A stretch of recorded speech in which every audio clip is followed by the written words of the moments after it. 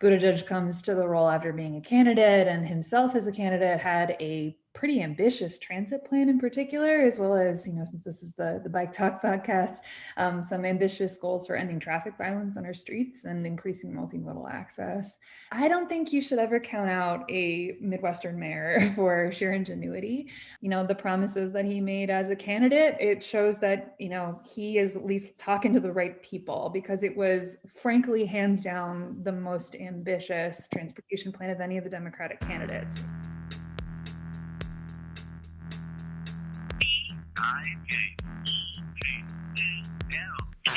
Here is Kea Wilson. Hi, Kea. Hi, how are you guys doing tonight? All right, so Kea, you wrote an article. I wanted to talk about Pete Buttigieg and what it means that he's the new Secretary of Transportation of the United States of America. You wrote this article on Streetsblog. What will Mayor Pete mean for the U.S. Department of Transportation? Well, first of all, hi and welcome. And thanks for having me. Nice to see you. Thanks for agreeing to come on late, short notice. Done. This is Kea Wilson. She writes for Streetsblog, New York City. Although you don't live in New York City. I guess that's normal. Yeah, I actually write for Streetsblog USA, but New York copied over that particular piece because they thought it would resonate with their audience. So yeah, why does it resonate for New York City? Well, I think the choice of Buttigieg for DOT is going to have ramifications for every single city in the country, and in particular for transit-rich places like New York. But I'm not based in New York, as you mentioned. I'm actually based in St. Louis, Missouri, and Pete Buttigieg obviously comes from South Bend, Indiana, and has a little bit of a Midwestern perspective himself, and it'll be really interesting to see what he does in that role.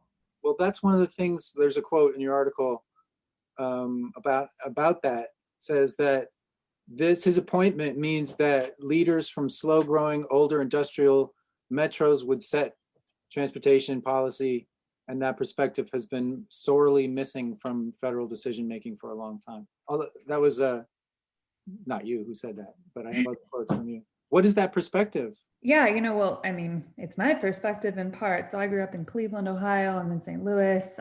My mom actually lives about 30 miles outside of South Bend. So I know the context that Buttigieg is coming from well. And I think that, transit poor and just straight up poor metros are where the majority of Americans live. It is certainly a perspective that is underrepresented in federal transit making decisions. And I think it'll be really interesting to see what Buttigieg brings to that role. He, I detail this a little bit in my article, but Buttigieg comes to the role after being a candidate, and himself as a candidate had a pretty ambitious transit plan in particular, as well as, since this is the Bike Talk podcast, some ambitious goals for ending traffic violence on our streets and increasing multimodal access.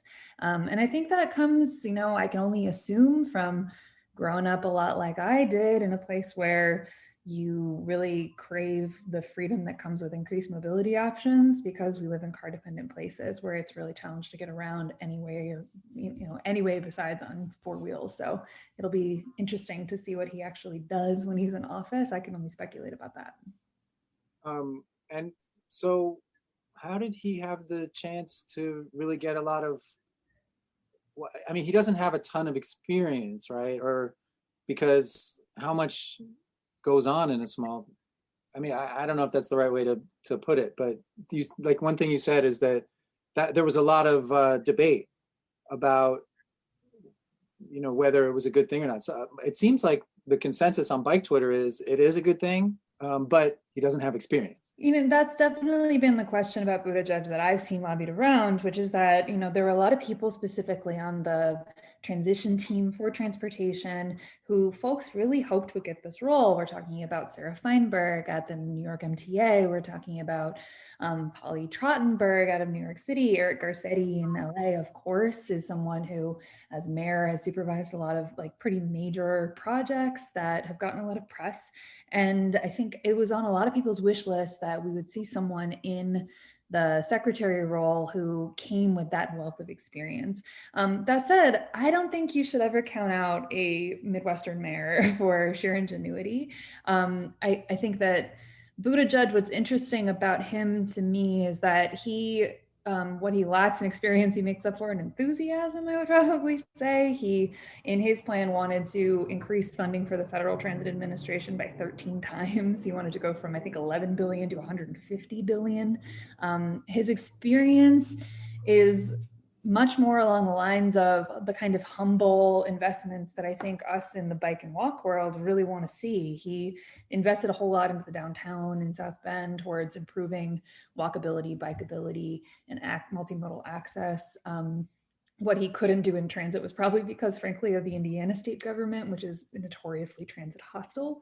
And the secretary role is often in the position of making a value proposition to Congress and liaisoning with those groups more than doing the nitty gritty. I think what's going to be really interesting is to see who becomes his deputy secretaries, who gets on his staff, who's going to actually be doing the nitty gritty of selecting recipients of those discretionary grants that are so crucial. And I personally am cautiously optimistic that his lack of experience is a signal that he's a blank slate and will not be as controlled as, for instance, Elaine Chao, the sitting secretary, by highway interests, by the thinking of state DOTs, which tend to favor highway spending above pretty much everything else. Well, he may be a blank slate in a lot of ways, but he's also, like you said, he's more aggressive on unraveling car culture than the president to whom he'll soon report. So he does have a he's going in a certain direction. And he had a great quote about subsidizing cars. He says something like, why are you worried about subsidizing transit? When we've been subsidizing cars, or do you remember that quote that he said? Yeah, it was at the CNN Climate Summit and on the campaign trail in 2019. It was something to the effect of, if you say that we can't build trains, think about all the ways that we subsidize driving, which is the most carbon intensive thing that we can do. I think that Buttigieg really gets it in terms of the importance of mode shift to ending climate change, which is often overlooked, I find, in Democratic circles. Democrats as a party tend to favor electrification of the vehicle fleet, which of course is a really core important part of how we're going to end our transportation related emissions in this country. But a lot of studies have shown that you can't do it with electric cars alone, and being bullish on mode shift, in particular, shifting people to things like transit, walking, and biking is pretty much the only way we're ever going to get to net zero by 2050, which is what scientists say we got to do in order to save the world. So I think Buttigieg understands that. I think the other thing that's very interesting about him is he had a national vision zero goal in his presidential energy plan that he released when he was on the campaign trail, which I think is unusual to see Democrats talking about the traffic violence impacts of car dependence rather than just the emissions impacts of car dependence. It's very rare. I have no idea if he's going to actually deliver on that promise, since he's not the president. He's not the one ultimately setting the big picture agenda, but he clearly is a candidate who understands that traffic violence is a preventable phenomenon and can, with robust policy and investment, be ended in this country as it has in other countries. I guess I'm wondering how he got this understanding of traffic violence in South Bend. I don't even know what South Bend is. So yeah, I mean, I know a little bit about South Bend, and I will say I know a lot more about just small Midwestern towns. I want to say, first of all, us in the Midwest, we leave sometimes. Buttigieg has lived abroad. He was a Rhodes Scholar. He lived in Chicago, which again is in the Midwest. South Bend as a metropolis, it has a population of about 100,000. A lot of those are students. It's home to Notre Dame. They have, I think, 18 bus lines. They're very small, and not an Amtrak line, but a commuter rail line that goes from Chicago called the South Shore Line. He has been he pushed really hard as mayor to try to get that into the downtown. It did not succeed. It's pretty hard to build transit in the Midwest. I'm a major transit advocate who writes about transit every day, and I very rarely ride the bus or the train in my particular city because it doesn't serve my needs. And I think that's where a lot of mid-size and small Midwesterners are kind of at. That doesn't mean we aren't big nerds for it. It doesn't mean we aren't constantly pushing and lobbying for policies that will make those things more accessible to more places. I am actually pretty excited about the idea of a small town mayor who has the ability and perspective to say, what's it going to take to level up a city with 18, 16 bus lines into a place with perhaps a small regional rail system, perhaps with bus rapid transit, perhaps with a few more mode options that are going to get people out of private vehicles a little bit more. One of the programs that was pretty controversial for Pete was he connected a lot of people with ride hailing services because he recognized that he didn't have the money in his budget to get them on transit lines because he couldn't provide frequent bus service. And that did connect people with some jobs. And I'm actually pretty agnostic about those sorts of solutions at a South Bend kind of a scale. So I think he is someone who thinks a little bit outside of the box to the real challenges of what it's going to take to get people where they need to go without having to personally own a vehicle, which in a lot of small cities is kind of the next step that you can take. So where he learned about it, I don't know, but the guy he went to Harvard. He's lived in Cambridge.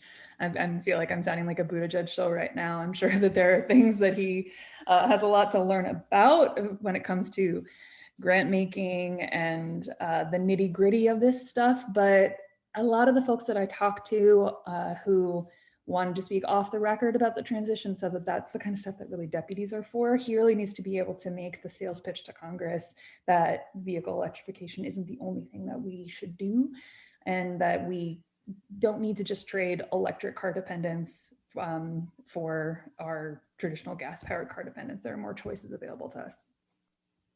We just did a show on that, on how there was some, sometimes I just try to, when I see something on Twitter that people are arguing about, I want to talk about it here. And people were talking about electric vehicles not, being held up as a solution was not adequate. And other people were saying, well, how can you say that? We need electric vehicles. So a lot of people don't understand that the fine points there about just car dependence and electric vehicles not being a solution to that. But I guess Pete does. Hopefully, yeah. I mean, he's going to play an important role in the electric vehicle rollout for sure. So will Biden's energy secretary, Jennifer Granholm, who's the former governor of Michigan and definitely speaks automaker. So it will be interesting to see what they center. I'm not anti-electric car. I don't think anyone that I know at Streetsblog is anti-electric car. I don't think our reporting is anti-electric car, but I'm also sensitive to why people who hear doubts about why we should decenter electric cars in our climate strategy get a little bit uptight, because there have been such aggressive and relentless attacks from the right on fuel emission standards, even on gas-powered cars, much less getting to net zero. They're a critical part of how we're going to and climate change. They just aren't everything. And I think scientists have known that for a while. More and more studies are proving that the challenges, not just of mass adoption, cash for clunkers, all those good things, but of actually outfitting the grid is going to be really, really challenging. It's certainly not going to be done during Biden's time in office. And there are a lot of things we could do right now to cut emissions right now. And it has to do with getting people onto other modes. On the show, some people were saying we need to reduce driving by 25% if it's this year, but if we wait another year, it's like 30%, and then if you wait another year, it's 40. But like the amount you have to reduce driving goes up every year that you wait to get there. Is that, yeah. Well, what else is going on? I'm looking at a map right now. This is Don. How you doing? I got to the show late. I'm looking at a map right now of South Bend, and it has that typical, or the satellite view, and it has that typical downtown blown out, like parking lot crater look of a lot of cities. But I'm guessing that South Bend was probably an old stop on the railroad on the way to Chicago from the East Coast. So that's interesting. I mean, based on where I see it on the map here, I've never actually looked at it before. Yeah, it's going to be interesting to see. Looking at South Bend strip malls on Google Street View all of a sudden. It's pretty funny. Pretty gross places to eat there, but there are some really lovely people. I've spent a lot of time in South Bend, and I really enjoy it. Okay. All right. Isn't South Bend basically IU land? It's like, students and student-related businesses and stuff that cater to them. Yeah, so IU is in Bloomington, but it's Notre Dame land for sure. Notre Dame. Wrong school. No worries, you're close. Big football schools, all that good stuff. Yeah, it's a university town, and it's very much centered around that. It does have a core downtown that's very small in scale for sure, but it's a pretty typical, I think, what they call a second-tier Midwestern city. 100,000 people on a good day. A lot of them are students. A lot of them are around that university ecosystem. But I find that a lot of those university towns are really the ones making the most out of really, really small budgets to improve walking and biking because they recognize that it's the highest return on investment. So well, if you're a student too, you're not coming in with a car for the 4 years you're there. So you're walking, you're taking the bus, so that would be perfect for walking, biking, busing, transit. But why so much parking then? Well, I'm just looking at the downtown area by the river, by the Joseph River and Jefferson Boulevard, kind of around that area. It's massive amounts of parking. It's sort of like this disease that's happened in a lot of cities around the country where old buildings are leveled and then they just make it into a parking lot for like an adjacent like office building because of zoning laws and so forth. So it looks like it has that problem and it could benefit in the future from getting rid of parking minimum laws and things like that for development. I have great news for you, Don. Buttigieg did that. Really? In South Bend? Yeah, about half of the city has no mandatory parking minimums and the other half had reduced mandatory parking minimums. It was one of his platforms. Okay, that's a great clue. And he also did some stuff that I think most, people who refer to themselves as urbanists would think of as pretty sweet. He legalized accessory dwelling units citywide. He did some like tactical things at certain intersections, some of which are controversial. I think a lot has been said on Twitter about a particular car crash that involved the death of a 7-year-old boy that Buttigieg did not respond very well to. And talk about that some more. Give us some more details on that. Yeah, I mean, the long and short of it, I don't know a lot of the detail of it. It's just something that a lot of people have tweeted at me in the last couple of days since I wrote this article was as part of the Smart Streets initiative, Buttigieg did a lot of intersection redesign. He removed a traffic light from a 4-way stop near a school and was planning on doing, I think, like curb extensions there or something as an alternative. And in the time between when the traffic light came down and the new improvement went up, a kid died there. And the way he responded to it was terrible. He said the kid darted out into the street and it wasn't his fault. That said, I appreciate any mayor that's at least acknowledging the role of vehicle design at all in these things. I think that individual decisions and individual talking points from a certain mayor aren't necessarily indicative of someone's entire policy platform. I think a lot of the Buttigieg's decisions are getting put under a microscope right now because his resume is short when it comes to city governance, and it's non-existent when it comes to state governance. But the thing I keep coming back to are the promises that he made as a candidate. It shows that, he is at least talking to the right people, because it was frankly hands down the most ambitious transportation plan of any of the Democratic candidates. He wasn't my choice for that role for president because of his other platforms, frankly. But when it came to transportation, it was pretty solid. Okay, that's promising. We'll keep a positive outlook for that one based on what we hear so far. When are you going to write for Streetsblog, Don? I write every so often for Streetsblog. I do Streetsblog LA. I have like maybe 10 articles up there over the years. We take guest submissions, so hit me up. I'm always it's Damian Newton will sometimes I don't know how it happens, but I end up writing an article. but I'd like to do more. I really like going after the LADOT here, and they have responded to some of my articles. So I think I'm more on the side of really pestering city agencies versus trying to be friendly with them, I guess. You're doing the Lord's work, so thanks. Okay, so that's promising for Buttigieg. And you're coming from St. Louis, Missouri, right? Yeah. So now that's known as a train town. What do you think the prospects are in terms of, Biden and Amtrak? Do you think he's going to bring some money to Amtrak? Is because he's been boosting for them forever, right? Yeah, I mean, very famously, Biden's nickname is Amtrak Joe. He rode the train to Washington for many, many years.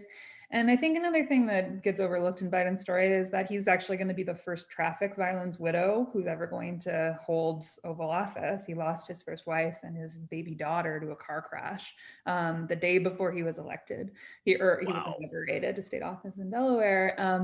I wrote an article about that examines some ways that I think he, has internalized that and made it a part of his mission to end traffic violence.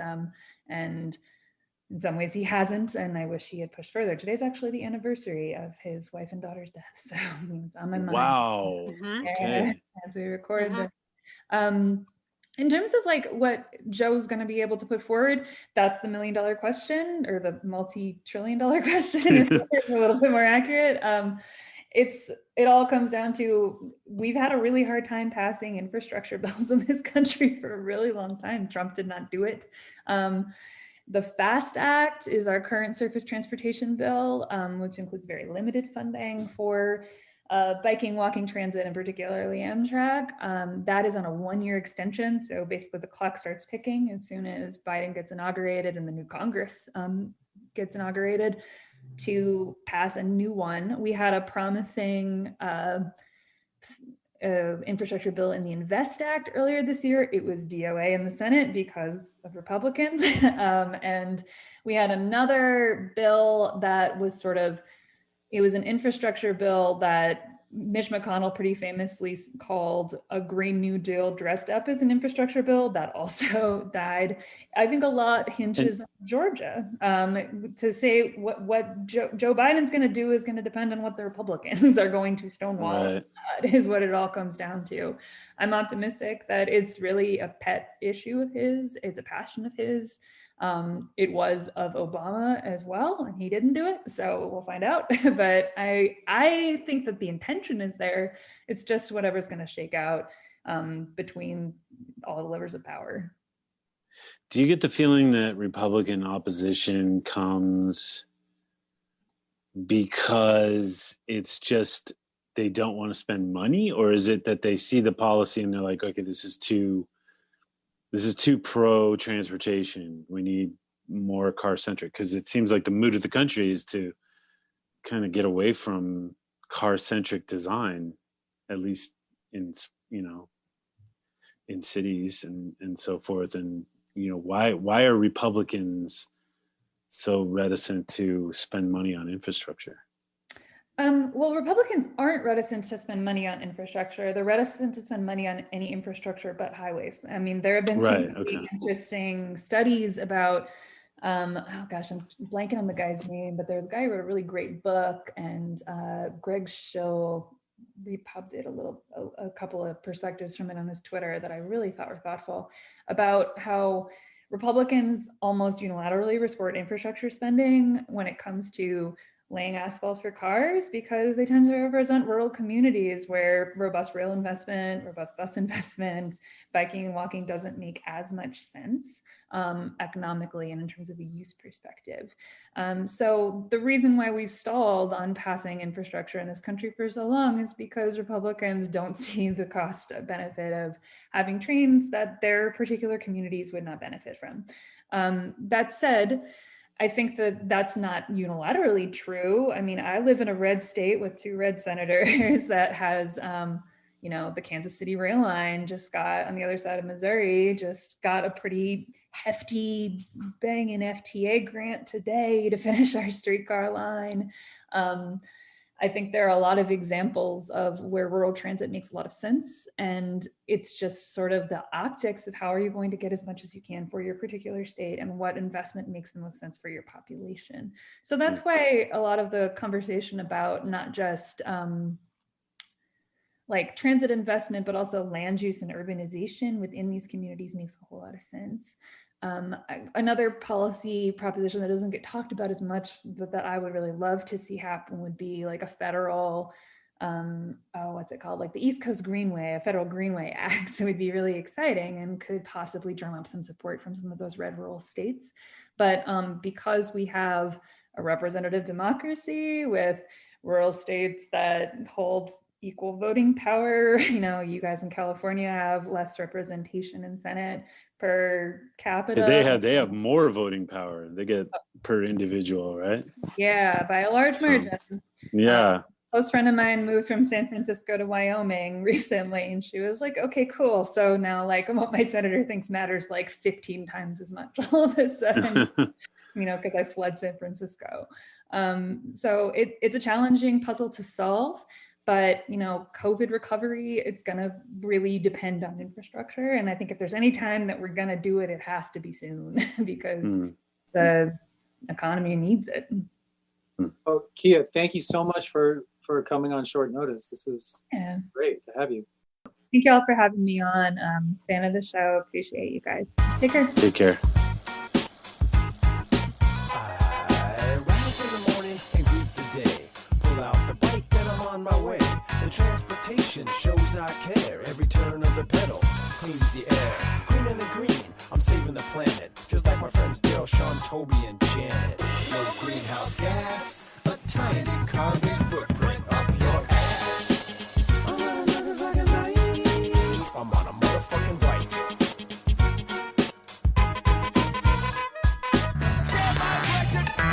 Thanks for listening to this episode of Bike Talk. If you want to hear more, go to kpfk.org, navigate to programs, and choose Bike Talk. On the Bike Talk page, click on the archives link to play or download shows posted in the last 4 months. Go to biketalk.com and copy or click on the RSS link to subscribe. Our Twitter handle is BikeTalkPFK. On Facebook, we are Bike Talk. You can become friends and join our group.